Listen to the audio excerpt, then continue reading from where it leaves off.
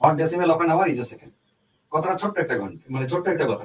সাজালে এরকম দাঁড়ায়, এক সেকেন্ড এক ঘন্টার কত দশমিক ভগ্নাংশ, এক সেকেন্ড এক ঘন্টার কত দশমিক ভগ্নাংশ, বোঝা গেল? এখানে বাংলা করা আছে এক ঘন্টার কত দশমিক এক সেকেন্ড, ব্যাপারটা ঘুরে ফিরে একই।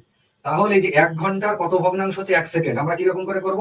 এক ঘন্টার মধ্যে মানে ওয়ান আওয়ারের মধ্যে হচ্ছে এক সেকেন্ড, এ কত ভগ্নাংশ।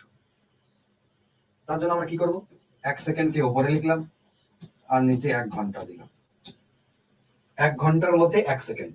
এবার এইটা পদ্ধতি নয়, নিচেরটা ঘন্টা ওপরেরটা সেকেন্ড, এটাকে সমজাতীয় বানাতে হবে। আমরা বলতে পারি না যে 10টা আপেলের মধ্যে আমি 3টে লেবু খেয়ে নিয়েছি, তাহলে কত অংশ খেয়েছি, তাহলে আমি কি 3/10 লিখবো যে 10টা আপেলের মধ্যে 3টে লেবু খেয়ে নিয়েছি? সেটা তো হয় না, 10টা আপেলের মধ্যে 3টে আপেলই খেতে হবে। তো সমজাতীয় হতে হবে ভগ্নাংশ। এটাও তাই, এক ঘন্টার মধ্যে এক সেকেন্ড। হ্যাঁ, আপনাদের আপনাদের অনেকের মনে হতে পারে যে দুটোই তো সময়, এক ঘন্টাও সময় ওটাও সময়, তাহলে ঠিকই তো আছে। না, ঠিক নেই। এক ঘন্টার এক সেকেন্ড এদের একক ঠিক নেই, বোঝা গেছে?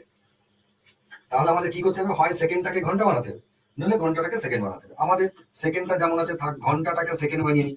3600, 1/3600, এইটা হচ্ছে ভগ্নাংশ। কিন্তু এটা কি ভগ্নাংশ হয়েছে?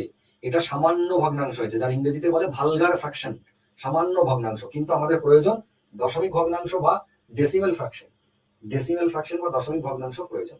তার জন্য আবার এককে এই 3600 দিয়ে ভাগ করতে হবে, যেমন আমরা করতাম ছোটবেলায়। ঠিক আছে, মনে পড়ছে? নিজেরা করে নেবেন, 3600 নিজেরা করে নেবেন, মনে পড়ছে? এরকম করে আমরা ভাগ করতাম, এখানে শূন্যর পর শূন্য লাগিয়ে দিতাম, এরকম গাদা গাদা দিয়ে সেইভাবে করে ফাইনাল উত্তর কত? অপশন সি, 0.00027, এইটা হবে উত্তর।